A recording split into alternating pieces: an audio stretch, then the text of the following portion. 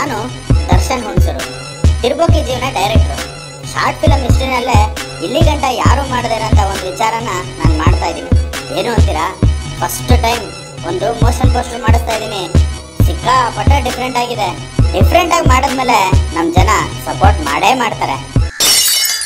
ನನ್ನ ಎಕಡ ಮಾಡ್ತಾರೆ.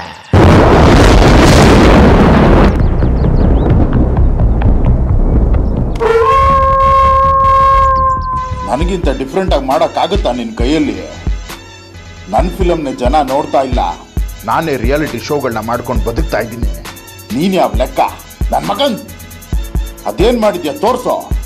ಈಗ ಅರ್ಥ ಮಾಡಿಸೋದಕ್ಕೆ ದೊಡ್ಡ ದೊಡ್ಡ ಲೈನ್ಗಳನ್ನು ಹೇಳಿ ಪಂಚ್ ಡೈಲಾಗ್ ಹೊಡೆಯಕ್ಕೆ ಹೋಗಲ್ಲ. ನೀನು ಯಾವ ಹಂತಕ್ಕೆ ಹೋದ್ರೂ ಅದಕ್ಕಿಂತ ಒಂದು ತೂಕ ಜಾಸ್ತಿ ನಾನಿರ್ತೀನಿ. ನಾನು ಬರೋವರೆಗೂ ಮಾತ್ರ ಬೇರೆಯವ್ರ ಹವಾ, ಬಂದ ಮೇಲೆ ನಂದೇ ಹವಾ ಇಟ್ಟಿರೋರ್ಗು ಮಾತ್ರ ಇರುತ್ತೆ. ಉಸರ್ ನಿಂತ ಮೇಲೂ ಹೆಸರಿರ್ಬೇಕು ಅಂತಂದ್ರೆ ದಂಬೇಕಲೈ.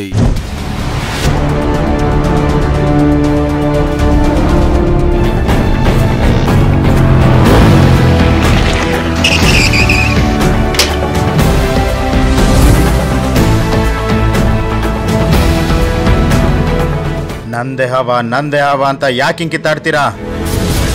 ಹವಾನ್ ಸೃಷ್ಟಿ ಮಾಡಿದ ದೇವರು ಡಾಕ್ಟರ್ ರಾಜ್ಕುಮಾರ್. ಅವರೇ ಯಾವತ್ತು ನಂದೇ ಹವಾ ಅಂತ ಹೇಳಲಿಲ್ಲ.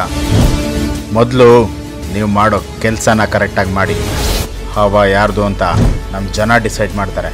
ಇನ್ನು ಸ್ಕ್ರೀನ್ ಪ್ಲೇ ನೋಡಿ ಎಂತ ಟ್ವಿಸ್ಟ್ಗಳು ಇರ್ತವೆ.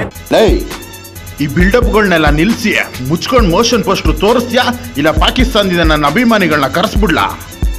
ಬೇಡ ಅಣ್ಣ, ತೋರಿಸ್ತೀನಣ್ಣ. ಹಾಕ್ರಪ್ಪ.